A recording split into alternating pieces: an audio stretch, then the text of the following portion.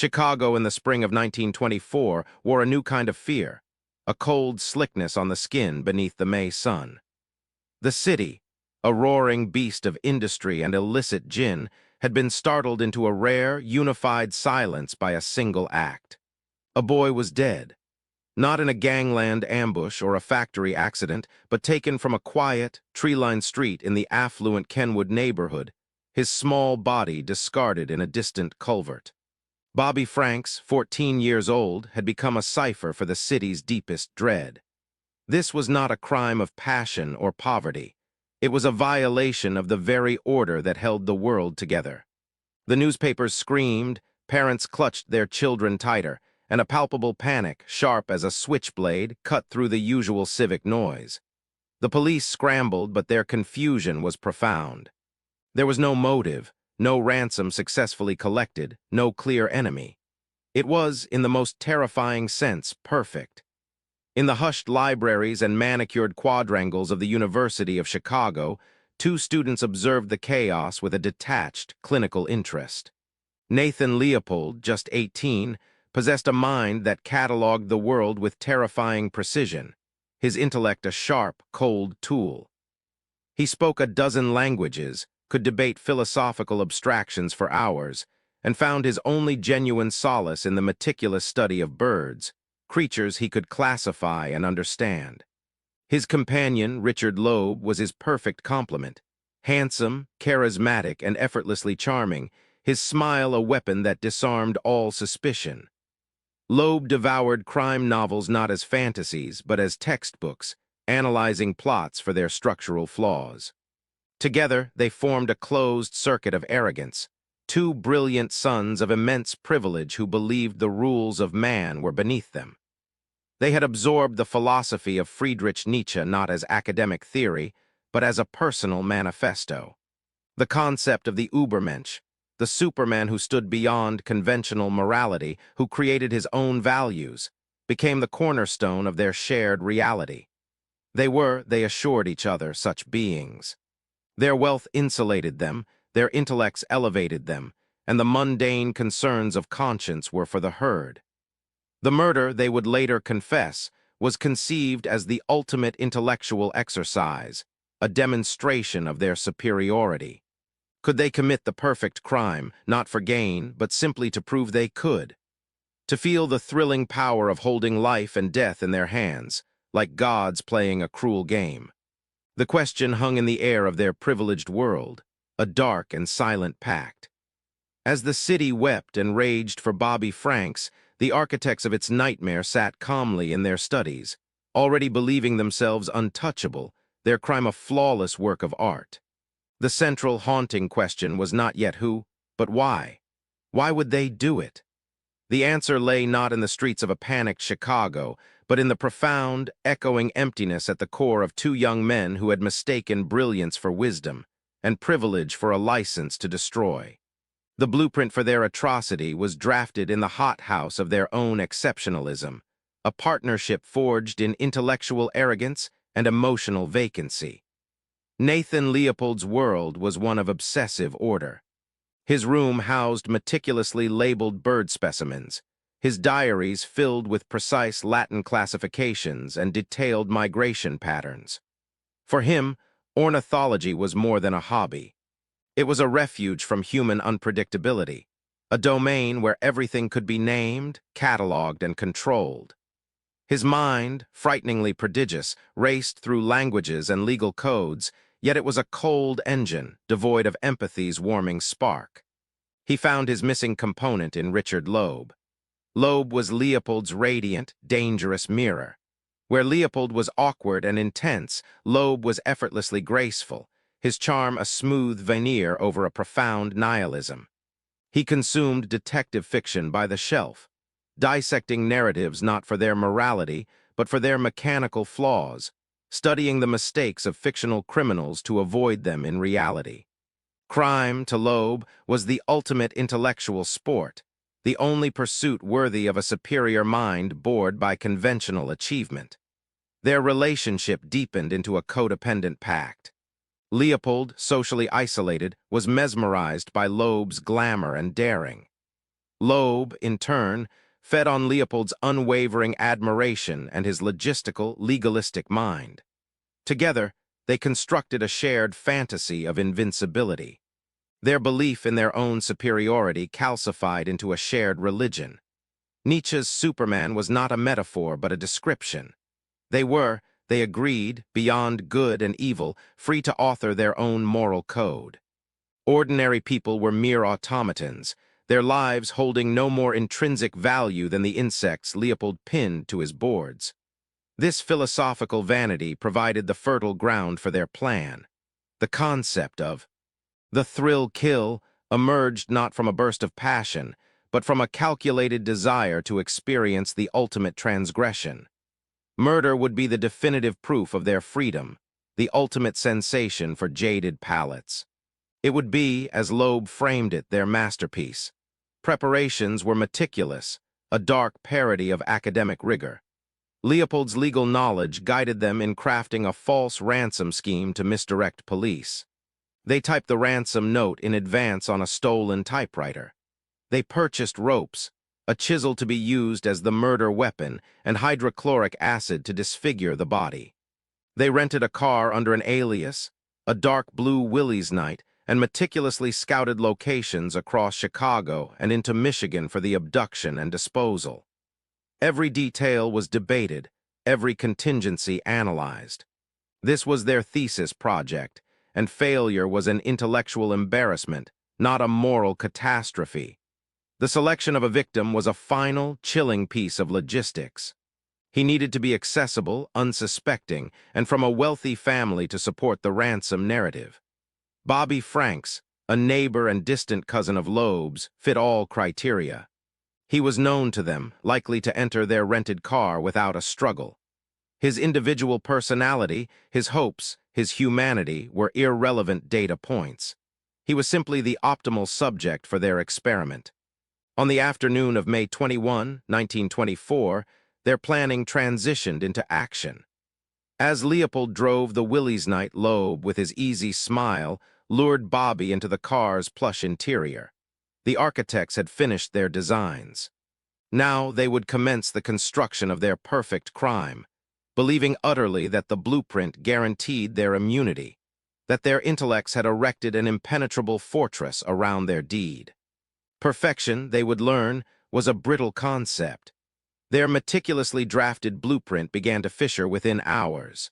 The disposal of Bobby Franks' body in a remote culvert near the Pennsylvania Railroad tracks in Hammond, Indiana, was meant to be final. They had doused the remains in hydrochloric acid to hinder identification. But the shallow water and the early summer heat conspired against them. A factory worker, stepping off the train the very next morning, spotted a pale shape in the weeds. The discovery was swift, the identification quicker. A class ring and other items remained on the small, suited corpse. The city's panic crystallized into a focused, furious hunger for justice. Chicago's state's attorney, Robert Crowe, a man with political ambitions as vast as the metropolis itself, seized the case. He understood the public demand for a swift resolution and marshaled an immense force. The investigation was a whirlwind of activity. The Franks family was interviewed, the typed ransom note analyzed, the movements of every suspicious vehicle tracked. The press, sensing the century's biggest story, descended in a frenzy, printing every rumor and theory, turning the quiet Franks household and the grim culvert into macabre national spectacles. Crowe fed the beast, promising an imminent arrest. The first critical flaw was discovered not on the body, but a few feet from it. Nestled in the muddy weeds lay a pair of horn-rimmed eyeglasses. They were distinctive, expensive, and, as an optician would soon confirm, fitted with an extremely rare combination of hinges, a patented three-hinge design sold by only one Chicago supplier. The prescription was unusual. This was no ordinary piece of debris. It was a signature. Crowe's team launched a citywide search for the owner, scouring optical records. The net, woven from fine German wire and ground lenses, began to tighten. Nathan Leopold, meanwhile, maintained an air of detached calm. When questioned, He provided an elaborate, detailed alibi. On the day of the murder, he claimed, he and Richard Loeb had spent the afternoon driving through the countryside near the Jackson Park Lagoon, pursuing their shared interest in ornithology. He spoke of specific birds, of the quality of the light, his delivery precise and scholarly. It was a performance designed to showcase his intellect and hobby, to paint himself as a harmless academic. For a moment, it seemed to hold. The collapse was both sudden and mundane. The unique prescription of the Culvert glasses was matched to an order from the Ulmer Co. and Co. opticians. The customer, Nathan Leopold. Confronted, Leopold offered a desperate, flailing amendment to his story. He suggested the glasses must have fallen from his pocket during one of his frequent bird-watching expeditions to the very area weeks prior. It was a catastrophic miscalculation. Investigators, now scrutinizing his every move, obtained his personal diaries and found entries describing the planned kidnapping in cold, clinical detail. The fortress of intellect crumbled into dust. Arrests followed with theatrical swiftness. Leopold and Loeb, the self-styled supermen, were taken into custody not in a dramatic standoff, but through the patient, plodding machinery of evidence. Isolated in separate rooms under the relentless glare of Crow's interrogators, their alliance, so potent in theory, proved fragile under pressure. The confessions began not with a bang, but with a slow, steady drip of detail, each boy initially seeking to minimize his own role, to cast the other as the prime architect. Their story of a perfect, motiveless crime unraveled into a sordid tale of a botched kidnapping, a panicked bludgeoning in a rented car, and a clumsy, rushed disposal. The thrilling intellectual exercise was revealed as a messy, ugly, and profoundly stupid act. The unraveling was complete. All that remained was for the world to understand why. The courtroom in the Cook County Criminal Court building was a pressure cooker of national attention, but the anticipated battle never materialized. In a stunning tactical gambit, Clarence Darrow, the famed defense attorney who had reluctantly taken the case, stood before Judge John R. Caverly and entered a plea of guilty on behalf of Leopold and Loeb. The collective gasp from the packed gallery echoed. By admitting guilt, Darrow bypassed a jury trial entirely, where public fury would have guaranteed a swift death sentence. Instead, he forced a sentencing hearing, a 3-week proceeding where the sole question was life imprisonment or death by hanging. The trial of the century would be decided not by 12 citizens, but by one man. Darrow's strategy was a masterpiece of misdirection, shifting the focus from the horrific facts of the crime to the fractured minds of the perpetrators. He summoned a parade of psychiatrists and alienists who painted a clinical portrait of two profoundly broken young men. They spoke of Leopold's pathological obsessions and emotional detachment, of Loeb's fantastical life of compulsive lying and sociopathic fantasy.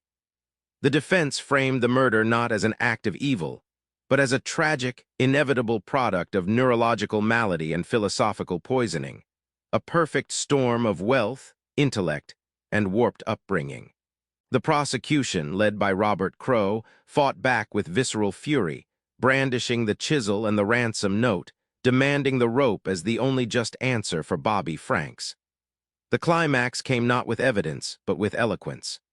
On the hearing's final day, Clarence Darrow rose to deliver his closing argument. For 12 grueling hours in the sweltering August heat, his voice, a weary, resonant instrument, filled the silent courtroom. He did not ask for mercy. He argued against vengeance. He painted the death penalty as a barbaric relic, a brutal act that would only compound one tragedy with another.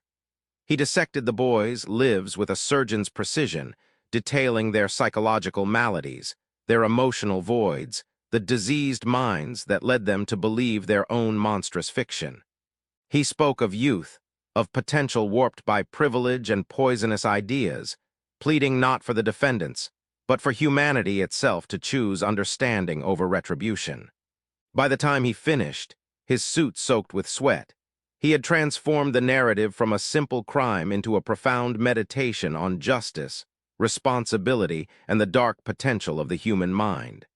Judge Caverly deliberated for 10 days. When he returned to the bench, his verdict was a seismic compromise. He sentenced Nathan Leopold and Richard Loeb each to life imprisonment for the murder, plus an additional 99 years for the kidnapping. The death penalty was rejected. The courtroom erupted. Crow's team was incensed, the Franks family devastated. But the sentence stood. The supermen were stripped of their ties and led away, not to the gallows, but to the grim, endless confines of the Joliet and then Stateville penitentiaries. The case's legacy solidified into a dark, enduring parable. It was not merely a crime story, but a cautionary tale about the hollowness of intellect untethered from morality, the poison of unchecked privilege, and the terrifying allure of abstract philosophy made flesh. Leopold and Loeb had sought to prove they were beyond law, beyond consequence. In the end, the law spared their lives only to bury them alive, their brilliant minds caged forever. Their perfect crime became their perfect punishment, a lifetime to contemplate the profound moral emptiness at the core of their grand, monstrous design.